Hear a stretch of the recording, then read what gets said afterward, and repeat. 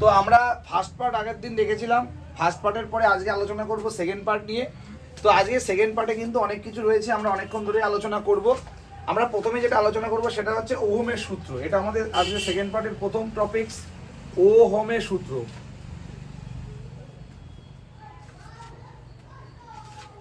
Ohm বানান ঠিক আছে কিনা দেখো তো, ওহমের সূত্র।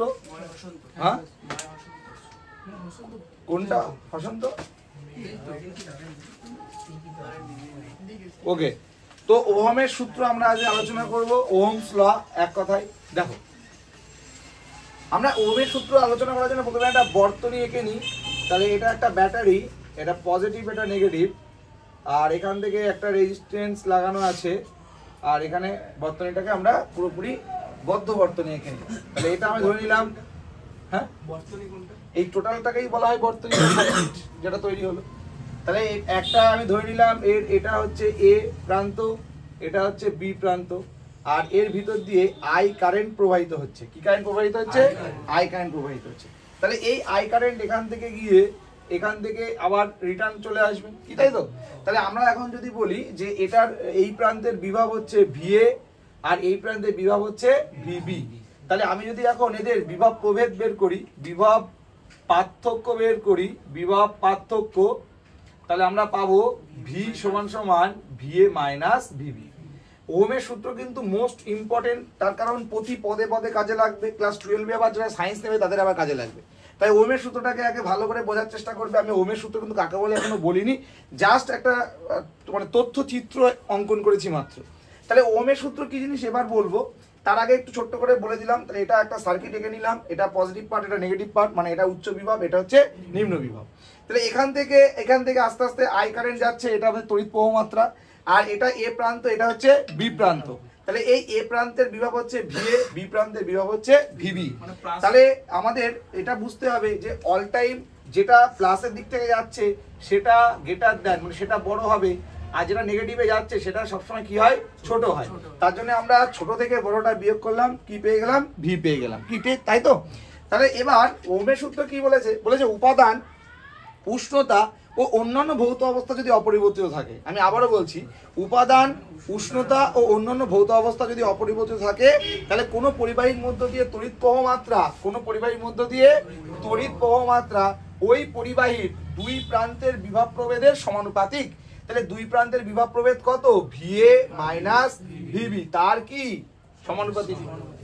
তাহলে ওহমের সূত্রটা আলটিমেট বুঝতে পারলে, তাহলে এটা হচ্ছে ওহমের সূত্রের বলতে পারো একটা এক্সপ্রেশন। তাহলে ওহমের সূত্র কি? উপাদান, উষ্ণতা ও অন্যান্য ভৌত অবস্থা যদি অপরিবর্তিত থাকে, তাহলে ওই পরিবাহীর দুই প্রান্তের বিভব প্রভেদ ওই পরিবাহীর তড়িৎ প্রবাহ মাত্রার সমানুপাতিক। তাহলে আমাদের ভিএ মাইনাস ভিবি হচ্ছে দুই প্রান্তের বিভব প্রভেদ বা বিভব পার্থক্য, সেটা কার সাথে ভ্যারিয়েজেস? আই এর সাথে ভ্যারিয়েজেস। এবার একটা কথা বোঝো, তাহলে ভিএ মাইনাস ভিবি মানে কি? ভি লিখলাম ভি, তাহলে ভ্যারিয়েজেস কি? আই। তাহলে ভি এর সাথে আই এর কি সম্পর্ক? সরল সম্পর্ক। তাহলে আমি যদি এখন ভিআই একটা লেখচিত্র অঙ্কন করার চেষ্টা করি, যে ভিআই লেখচিত্র যদি অঙ্কন করার চেষ্টা করি, তাহলে কেমন হবে? এটা মূল বিন্দুগামী সরল লেখা হবে, যে ভি এর সাথে আই এর কি সরল সম্পর্ক মিল করছে। তাহলে এবার একটা বোঝো, তাহলে আমি এখান থেকে ভ্যারিয়েজেস চিহ্নটাকে তুলে সমান সমান চিহ্ন নিয়ে আসলাম। তাহলে সমান সমান যেই চিহ্ন চলে আসবে এটা ধ্রুবক আসবে। তাহলে এখানে সেই ধ্রুবকটা হলো আর, সেই ধ্রুবকটা কি? আর। তাহলে এখানে আমরা দেবো যে আর সমান সমান হচ্ছে ধ্রুবক, মনে থাকবে। তাহলে এই আরটাকেই আমরা বলবো রোধ, আরটাকে কি বলবো আমরা? তারের রোধ। অর্থাৎ এই যে পার্টটা দেখতে পাচ্ছ এটাই হচ্ছে তারের রেজিস্ট্যান্স, ইংরেজিতে বলছি রেজিস্ট্যান্স, বাংলায় হচ্ছে রোধ। তাহলে এই রোধ হচ্ছে আর। তাহলে এখান থেকে আমি এখন লিখতে পারি ভি সমান সমান আই আর, মনে থাকবে। তাহলে ওহমের সূত্রের কথা মনে পড়লেই কিন্তু এই সূত্রটা মাথায় আনতে হবে, এটা ইম্পর্টেন্ট, মানে কি চরম ইম্পর্টেন্ট। তাহলে ভি সমান সমান আই আর, ভি সমান সমান। এবার এটা দেখো এমনই একটা সূত্র যেখান থেকে তুমি আই এর মান বের করতে পারবা। তাহলে আই সমান সমান ভি বাই কি? আর। তাহলে এখান থেকে আবার আর এর মান বের করতে পারবা, আর এর মান ভি বাই আই। তাহলে এবার একটা জিনিস মনে রাখো, যদি তোমাকে কেউ জিজ্ঞাসা করে ওহমের সূত্র থেকে রোধের সংজ্ঞা দাও, তাহলে কিন্তু তোমাদের সেই প্রচলিত যে রোধের সংজ্ঞা সেটা দিলে হবে না। যে পরিবাহী তারের মধ্যে যার দ্বারা তড়িৎ প্রবাহ মাত্রাকে বাধা দেয় তাকে বলা হয় রোধ, ওটা লিখলে কিন্তু হবে না। তাহলে ওহমের সূত্র থেকে রোধের সংজ্ঞা কি? কোনো পরিবাহী দুই প্রান্তের বিভব প্রভেদ এবং ওই পরিবাহীর মধ্য দিয়ে অতিক্রান্ত তড়িৎ প্রবাহ মাত্রার অনুপাতকে বলা হয় রোধ। অর্থাৎ ভি ইস টু আই, তার মানে ভি বাই আই। কি বোঝা যায়নি?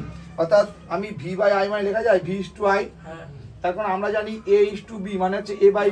তাহলে আমাদের কোনো পরিবাহীর দুই প্রান্তের বিভব প্রভেদ এবং তার মধ্যে দিয়ে অতিক্রান্ত তড়িৎ প্রবাহ মাত্রা, তার যে অনুপাত সেটাকে আমরা কি বলবো?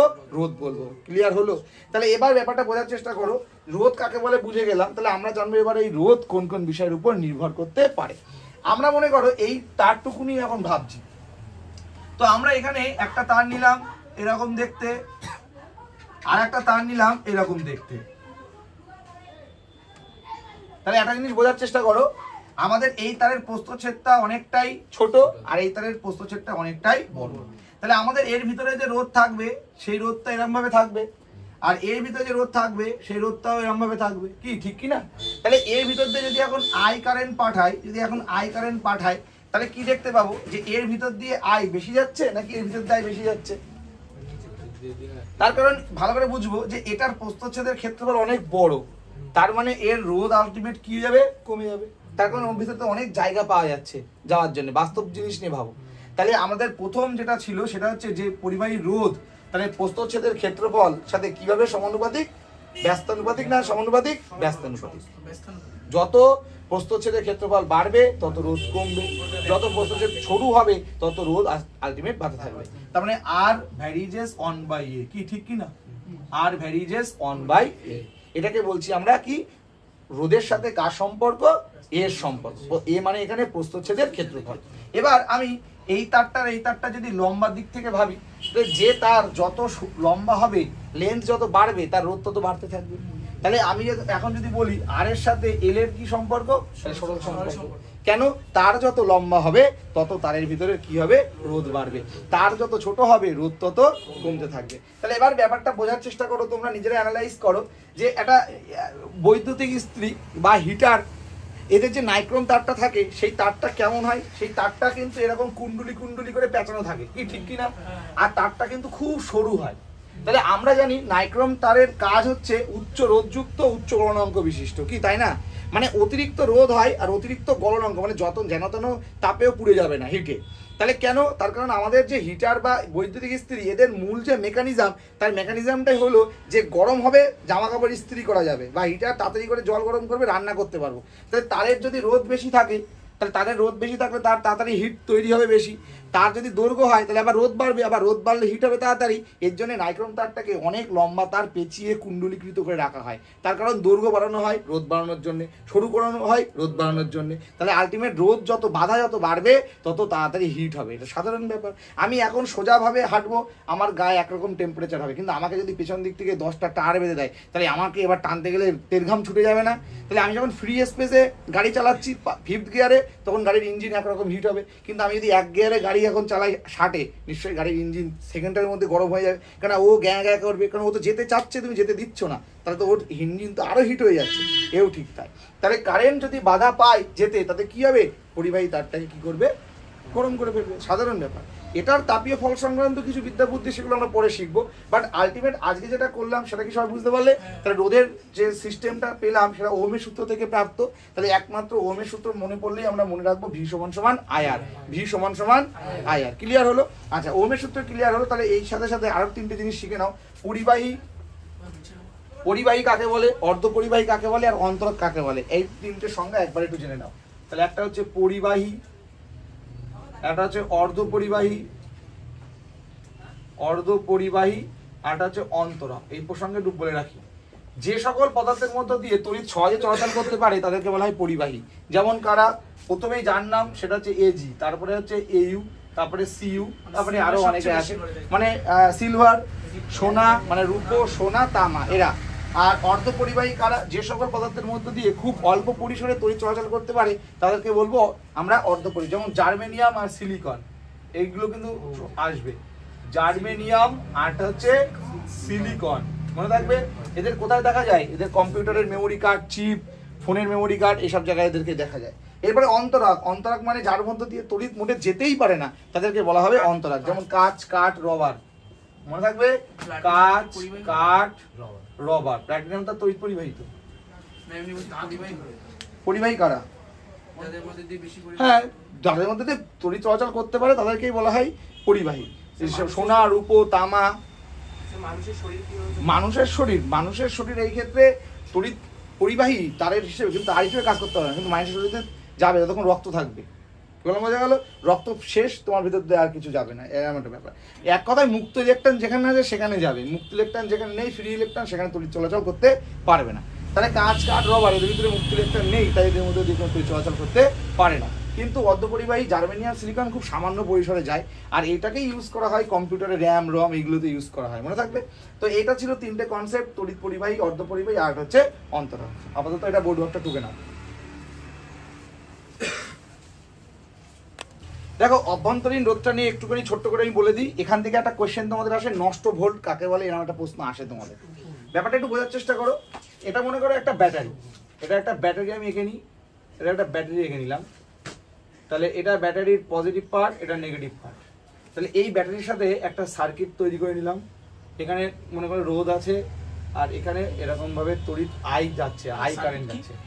সার্কিটকে বাংলায় বলি বর্তনী, বর্তনী মানে এই যে এটাই সার্কিট বানিয়েছে। সার্কিট একটু বাদে আমি মানাবো, তোমাদের চোখের সামনে দেখে নে। আচ্ছা, তাহলে এখানে মনে করো আর রোধ আছে, তাহলে ভালো করে বুঝবা। তাহলে আমাদের এখন এই টোটালটার যদি আমি হিসেব করি, তার মানে আমাদের এই যে রোধটা আছে সেটা তো আছেই, তারপরে আবার তড়িৎচালক বলে মাইনাস থেকে আবার পজিটিভে আসবে না। তাহলে এই ব্যাটারির ভিতরেও তো একটা রোধ থাকতে পারে না? তাহলে এই ব্যাটারির ভিতরে রোধটা হচ্ছে আর। তাহলে এইটা, এই বড় আরটাকে বলছি আমরা পরিবাহী রোধ, আর এই ব্যাটারির মধ্যে থাকা ছোট আর এটাকে বলা হয় অভ্যন্তরীণ রোধ। এটাকে কি বলা হয়? অভ্যন্তরীণ রোধ। তাহলে যদি এখন কেউ জিজ্ঞাসা করে তাহলে এই পরিবাহীর মোট রোধ, তাহলে বড় আর যোগ ছোট আর। তাহলে এই যে এর কারণে, এই অভ্যন্তরীণ রোধের কারণে কিছুটা পরিমাণ ভোল্ট নষ্ট হয়ে যাচ্ছে না, মানে কিছুটা পরিমাণ তড়িৎ আমাদের হারিয়ে ফেলছি না। তাহলে এইটাকেই আমরা এক কথায় বলবো হচ্ছে নষ্ট ভোল্ট। কি বলবো? নষ্ট ভোল্ট। আর সেখান থেকেই ই সমান সমান তড়িৎচালক বলের যে কনসেপ্টটা ছিল, সেই ওই ই সমান সমান যে আই বাই তোমার হচ্ছে বড় আর যোগ ছোট আর, ওই এক্সপ্রেশনটা এই জন্য আসে, এই অভ্যন্তরীণ রোধের কারণে আসে। তাহলে পরীক্ষায় যখন বলবে যে দুটো রোধ, একটা অভ্যন্তরীণ রোধ, একটা পরিবাহী রোধ, তার মানে একটা বড় আরের মান আর একটা হচ্ছে ছোট আরের মান। ব্যাপারটা বুঝতে পারলে? তাহলে এবার আমি রোধের সমবায় করাবো। কি করাবো? রোধের সমবায়। ব্যাপারটা বোঝার চেষ্টা করো, খুব ইম্পর্টেন্ট। সমবায় থেকে প্রশ্ন আসে, রোধের সমবায় থেকে পার্থক্য আসে, মানে অনেক ধরনের কোশ্চেন এখান থেকে আসে। এমনকি সমবায় থেকে অঙ্ক আসবে, তোমাদের প্রবলেমেটিক কোশ্চেন আসবে। তাই এই চ্যাপ্টার থেকে যেহেতু প্রচুর প্রবলেম করতে হবে, তাই তোমরা দেখতে থাকো। আমরা আজকে রোধের সমবায় করবো। করব রোধের সমবায়, রোধের সমবায় করব। দেখো, রোধের সমবায় মূলত দুই ভাগে ভাগ করি আমরা। একটা হচ্ছে সিরিজ সার্কিট, আর একটা হচ্ছে প্যারালাল সার্কিট। অর্থাৎ একটা শ্রেণী সমবায়, আর একটা হচ্ছে সমান্তরাল সমবায়। ফুললি 12 এর ফিলিংস দেবো, একদম সম্পূর্ণ 12 এর ফিলিংস দেবো। সুন্দর করে এটাকে আমি বুঝিয়ে দেবো।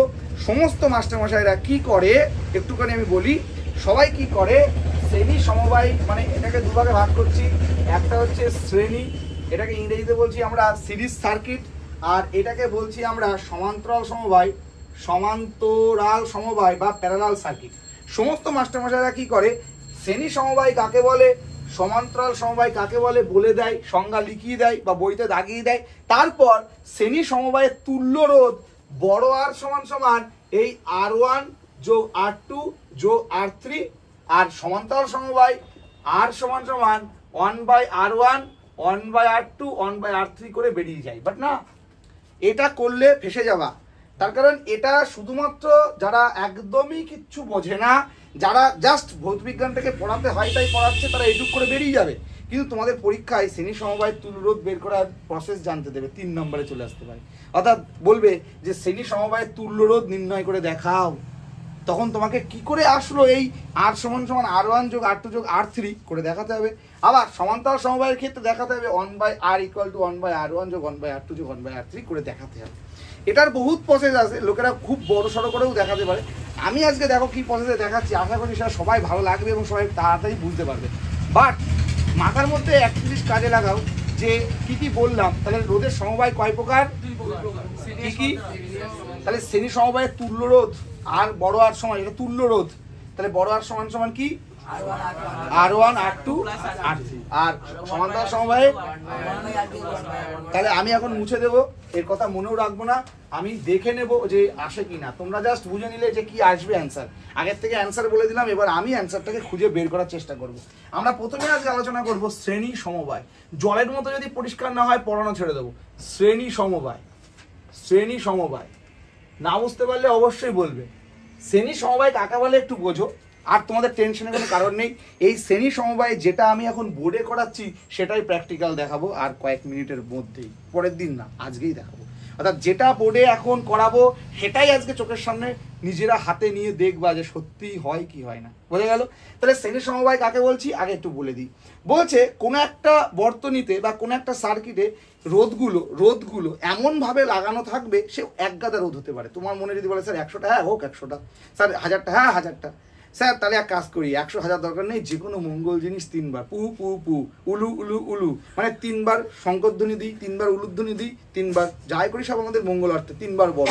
তাহলে আমরা এখানে কটা নিয়ে কাজ করব? 3টে নিয়ে কাজ করবো, মানে এটাই আমাদের ক্ষেত্রে মঙ্গল। তাহলে আমরা ধরে নিলাম যে কোনো একটা বর্তনী তৈরি হচ্ছে 3টে রোধ দিয়ে। তাহলে শ্রেণী সমবায় কাকে বলা হয় ভালো করে বোঝো। এমনভাবে শ্রেণী সমবায় তৈরি হবে যে অনেকগুলো রোধ এমনভাবে যুক্ত থাকবে, প্রত্যেকের শেষ অপরের শুরু, প্রত্যেকের শেষ অপরের শুরু। মাথা মাথায় ঢুকেছে?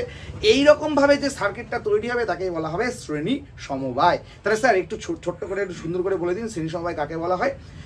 যে সমবায়ে অনেকগুলো রোধ এমনভাবে যুক্ত থাকবে যাতে প্রত্যেকটির রোধের শেষ অপর রোধের শুরু, এইরকমভাবে যে সমবায় তৈরি হয় তাকে বলা হয় শ্রেণী সমবায়। স্যার ছবিটা ওকে দেখে নাও। তাহলে আমি ছবি রেখে নিচ্ছি।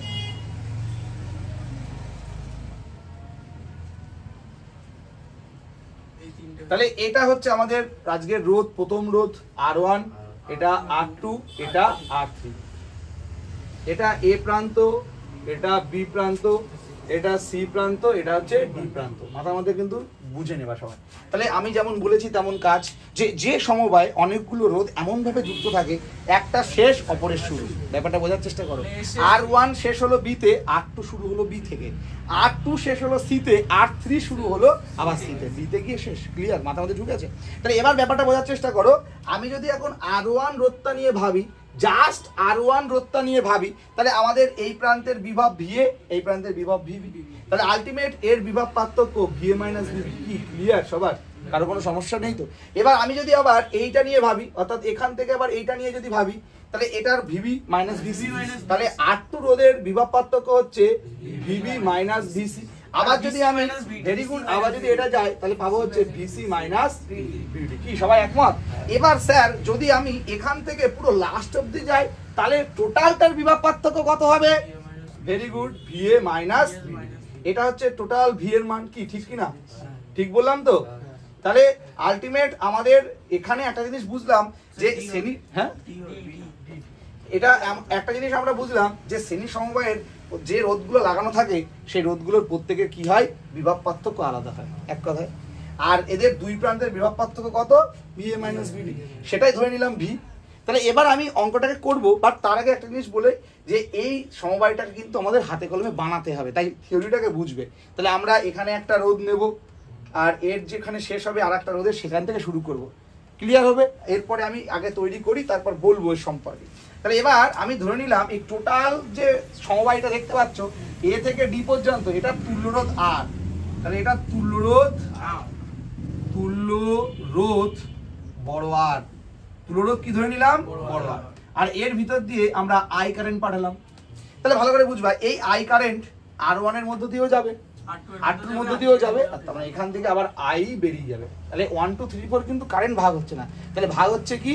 তাহলে এটার ভাগ হচ্ছে V1, এটা হচ্ছে V2, এটা হচ্ছে V3। ক্লিয়ার হলো? বিভব পার্থক্য 1, বিভব পার্থক্য 2, বিভব পার্থক্য 3, কারণ প্রত্যেকের বিভব এখানে আলাদা। আর টোটাল বিভব কত? V টোটালটা। তাহলে VA মাইনাস VD। আজকের এইটা চলাকালীন যদি কোথাও VA মাইনাস VD পাই, তার জায়গায় কি বসাবো? V বসিয়ে দেবো। এবার বোঝার চেষ্টা করো, টোটাল সমবায়টার তুল্যরোধ কত ধরেছি? R। তাহলে আমি এখন এখানে ওহমের সূত্রটাকে কাজে লাগাই। তাহলে ওহমের সূত্র থেকে আমরা কি জানি? V সমান সমান IR।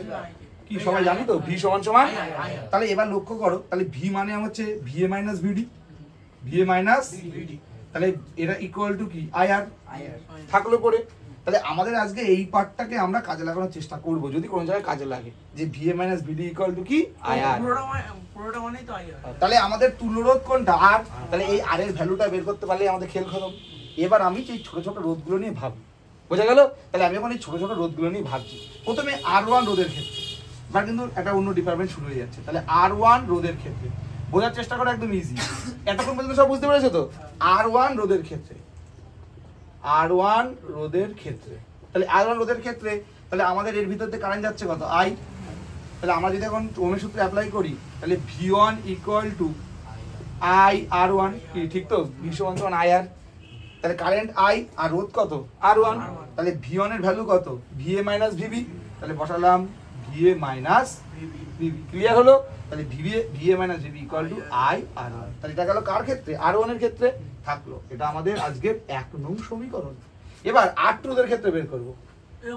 R2 রোধের ক্ষেত্রে তাহলে R2 রোধের ক্ষেত্রে আমি নাটক করব না, একবার লিখে দেবো। তাহলে VB মাইনাস VC, তাই তো? VB minus VB equal to IR2। Clear? এটা হচ্ছে 2 নং সমীকরণ। এবার R3 রোধের ক্ষেত্রে বের করব। R3 রোধের ক্ষেত্রে সবাই বুঝতে পারছো? R3 রোধের ক্ষেত্রে তাহলে VC minus VD equal to IR3। এটা 3 নং সমীকরণ। এবার আমি কি করব? 1 2 3 যোগ করে পাই। 1 2 3 কি করে পাই? তাহলে 1 যোগ 2 যোগ 3 করে পাই। তিনটে যোগ করে পাই। তাহলে কি কি দেখো, লেফট গুলোকে যোগ করে নেব। তাহলে প্রথমটা ছিল কি VA minus VB, VA minus VB যোগ VB মাইনাস VC যোগ VC মাইনাস VD। আর এবার রাইট গুলো যোগ করব।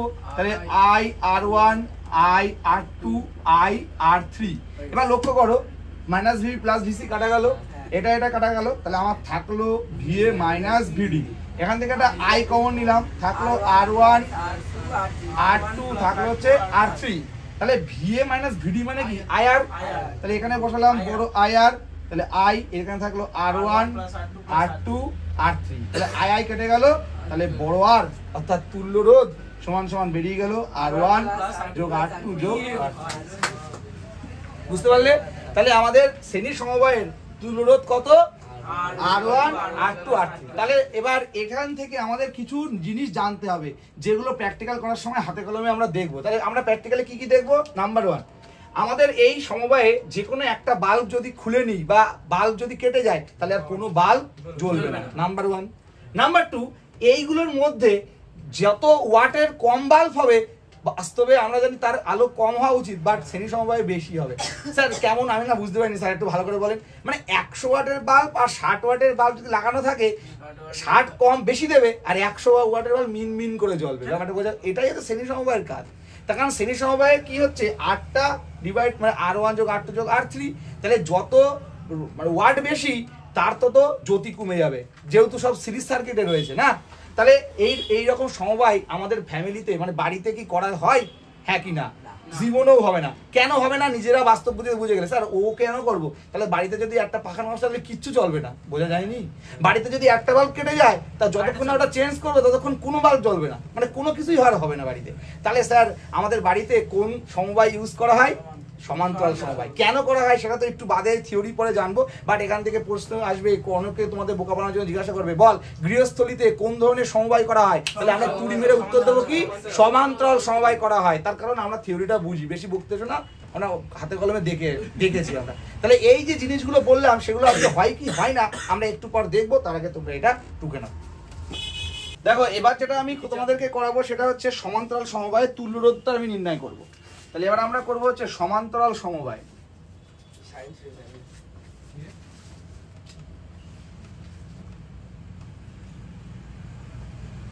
সমান্তরাল সমবায়ের তুল্যরোধ আমরা বের করব।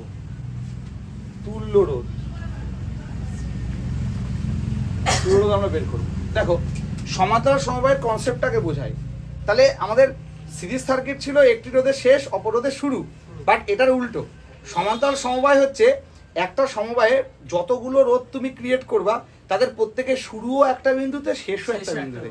তাহলে আমাদের বাড়িতে কিন্তু এইভাবে করা থাকে। আমাদের বাড়িতে যত ধরনের যন্ত্রপাতি চলছে না কেন সবারও শুরু একটা প্রান্তে শেষও একটা প্রান্তে। এতে কি হয়, কি লাভ হয় বোঝাবো। আগে সার্কিটটা দেখতে কেমন হয় দেখো।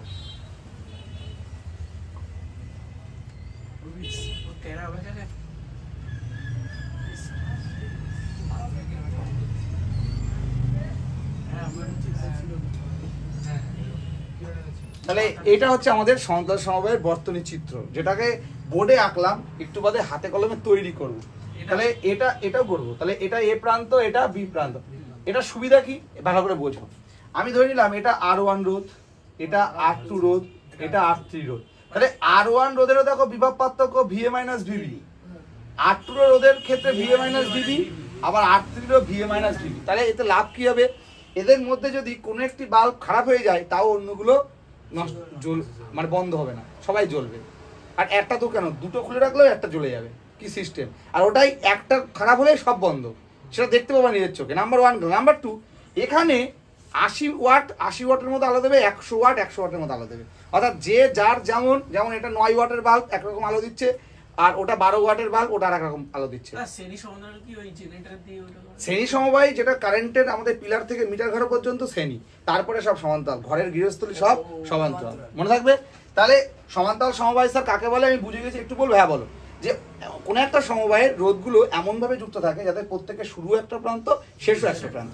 কিন্তু একটা অসুবিধা আছে, কি মানে অসুবিধাটা হলো যে এটার মধ্য দিয়ে আমি যে আইটাকে পাঠাবো সেই আইটা কিন্তু এখানে এসে ডিভাইড হবে। অর্থাৎ এটা আপাত দৃষ্টিতে অসুবিধা, বাট এটাই সুবিধা।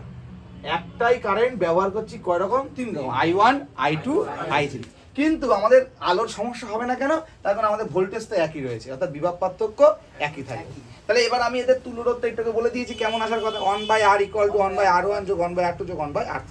হাতে কলমে প্রমাণ করবো এবার। তাহলে এবার বোঝার চেষ্টা করো। আমি ধরে নিলাম এটা তুল্যরোধ, আমি ধরে নিলাম এটার তুল্যরোধ, এটার তুল্যরোধ বড় আর, তুল্যরোধ বড় আর।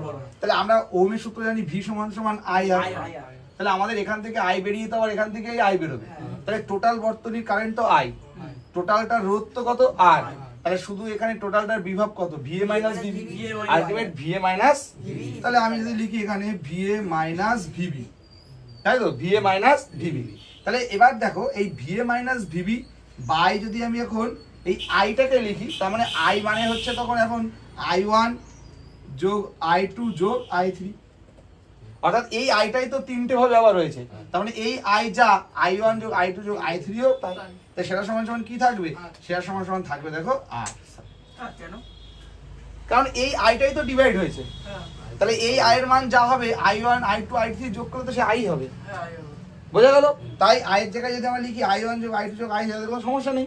তাহলে ultimate VA minus VB by I1 যোগ I2 যোগ I3 = কি? বড় আর। আমার যদি কোনো জায়গায় কাজে লাগে লাগাবো, যদি অন্য কিছু লাগে সেটাও বের করে নেবো, বাট এটা তো বুঝতে পারলে। এবার আমি আলাদা আলাদা করে বের করছিলাম। প্রথমে R1 রোধের ক্ষেত্রে, R1 রোধের ক্ষেত্রে আমরা বের করব। তাহলে R1 রোধের ক্ষেত্রে VA মাইনাস VB = কি? I1 R1, বোঝা গেল? I1 R1। তাহলে এখান থেকে I1 এর মান যদি আমি বের করি সাপোজ, তাহলে I1 সমান সমান কি পাবো? VA minus VB by R1। Clear? এবার এটা গেল 1 নং সমীকরণ। তাহলে এবার বোঝার চেষ্টা করো, আমরা এবার যেটা করব R2 রোধের ক্ষেত্রে, R2 রোধের ক্ষেত্রে, তাহলে R2 রোধের ক্ষেত্রে পাবো I2 = VA minus VB by R2 পাবো, কি ঠিক তো? আচ্ছা, তাহলে এবার কি পাবো? তাহলে R3 রোধের ক্ষেত্রে, তাই তো, R3 রোধের ক্ষেত্রে পাবো হচ্ছে I3 = VA minus VB by R3। এবার আমরা কি করব? আমরা এই টোটালটাকে যোগ করে দিচ্ছি। তাহলে আমরা যদি এখন এই টোটালটাকে যোগ করি, তাহলে আমাদের এদিকে থাকবে, ভালো করে বুঝবা, I1 plus I2 plus I3, এটা থাকবে তো। আর এই দিকে থাকবে হচ্ছে VA মাইনাস VB, কমন নিয়ে নিলাম। হ্যাঁ, তাহলে থাকলো 1/R1 1/R2 1/R3, ঠিক আছে? এবার লক্ষ্য করো, আমি এখান থেকে I1 plus I2 plus I3 divided by VA minus VB, তাহলে আমার থাকলো এদিকে 1/R1 1/R2 1/R3। এবার লক্ষ্য করো VA minus VB by I1 যোগ I2 যোগ I3 সমান সমান R/1। তাহলে আমি যদি এখন এইটাকে উল্টে দিই, I1 যোগ I2 যোগ I3 by VA minus VB, তাহলে এইদিকে উল্টে যাবে 1/R। তাহলে আমি এখন এর জায়গায় লিখতে পারি তো 1/R। তাহলে 1/R = 1/R1 1/R2 1/R3। তাহলে এটা গেল আমাদের সমান্তরাল সমবায়ের তুল্যরোধ। ক্লিয়ার? ইজি তো একদম। প্রচুর বড় বড় ইকুয়েশন কিন্তু এগুলো, কিন্তু এগুলো একদম এমনভাবে করানো হয়েছে যাতে ছেলেমেলে সবাই বুঝতে পারবে। তাহলে আমাদের এটা হচ্ছে তুল্য রোধ কার সমান্তরাল সমবায়ের। তাহলে এই ক্ষেত্রে কি কি দেখতে পাবো, যেটা 80 সেটা 80-র মতোই আলো দেবে, যেটা 60 60-এর মতো আলো দেবে। আর একটা বাল্বকেও খুলে দিলে আর টোটালটা যে বন্ধ হবে তা না, সবাই জ্বলবে। ক্লিয়ার হলো? তো এটা হলো আমাদের আজকের ক্লাস ছিল, সমবায় পর্যন্ত হয়ে গেল। এরপরে নর্মাল জিনিসপত্র রয়েছে, জুলের সূত্র, সেগুলো অবশ্যই 3 নম্বরে চলে আসবে যদি এই প্রমাণটা করতে দেয়। আর এখান থেকে প্রচুর অঙ্ক আসবে, দেখতে পাবো প্রচুর অঙ্ক আসবে। হ্যাঁ, এই তুল্যরোধের অঙ্ক আসবে, বলে দেবে এত ওহম পরস্পরের সাথে শ্রেণী সমবায় যুক্ত আছে, তাদের তুল্যরোধ কত বুঝে করতে হবে। এমসিকিউ তো আসে, তুমি টেস্ট পেপার খুললেই দেখতে পাবা। যাদের থিওরি কনসেপ্ট ক্লিয়ার থাকবে তারা এখান থেকে সব অঙ্ক নামিয়ে দিতে পারবে। ক্লিয়ার হয়ে গেল? চলো।